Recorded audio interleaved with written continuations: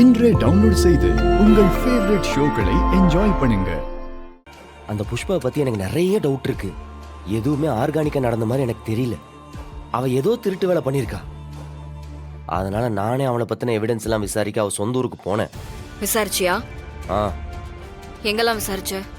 அவளோட லோக்கல்ல பெட்டி கடை, government school, hospital, government office எல்லா இடத்துலயும் விசாரிச்சிட்டேன்.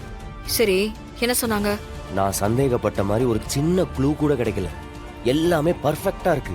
எல்லாம் பர்ஃபெக்ட்டா தானே இருக்கு, அப்புறம் என்ன? வீரா, எல்லாம் பர்ஃபெக்ட்டா இருக்கிறதா என் பிரச்சனையே. அதான் எனக்கு சந்தேகமா இருக்கு. உள்ளுக்குள்ள ஏதோ அவளை நம்ப மாட்டேங்குது. மாறா, ஆதாரம் இல்லாம நம்ம யாரையும் கண்மூடித்தனமா சந்தேகப்படக்கூடாது. வீரா, அவளை எப்படி ஈஸியா கடந்து போக சொல்ற? அவ இந்த வீட்டுக்குள்ள வந்ததுல இருந்து எத்தனை பிரச்சனை. ஒரு நாளாவது நம்ம நிம்மதியா தூங்கிருப்போமா? அப்படிப்பட்டவளை எப்படி விட சொல்ற? நம்ம விடலாம் வேண்டாண்டா. இந்த பாரு, திரும்பவும் சொல்ற, அவ அடாவடியா இருக்கா, திமிரா இருக்கா.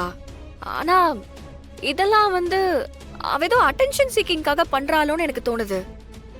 அவ இப்படி எல்லாம் இருக்கிறதுனால தப்பானவளா இருக்க முடியாதுடா. நம்ம வீட்டுக்கு அவ புதுசா வந்திருக்கா. அவ செட்டில் ஆகுறதுக்கு இன்னும் கொஞ்சம் டைம் வேணும். அது வரைக்கும் நாம இதெல்லாம் கொஞ்சம் பொறுத்துதான் ஆகணும். மாறா, மாமாவே இது எல்லாத்தையுமே அக்செப்ட் பண்ணிக்கிட்டாருலடா. அதுக்கு மேல இத பத்தி நம்ம பேசுறதுக்கு ஒண்ணுமே இல்ல. அவளுக்கு ஒரு அநியாயம் நடந்திருக்கு. அதனால நம்ம அவளை விட்டு கொடுத்துதான் போகணும். இங்க பாரு, சும்மா மனசு போட்டு குழப்பிக்காம போய் வேலையை பாரு. சொல்றல. நான் சொல்றத மட்டும் யாருமே கேட்காதீங்க.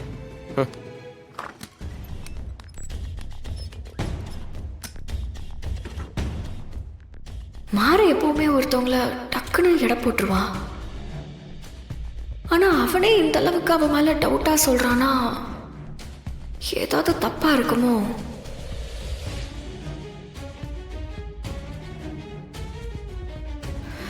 இல்ல, எதையுமே உடனே நம்ப கூடாது.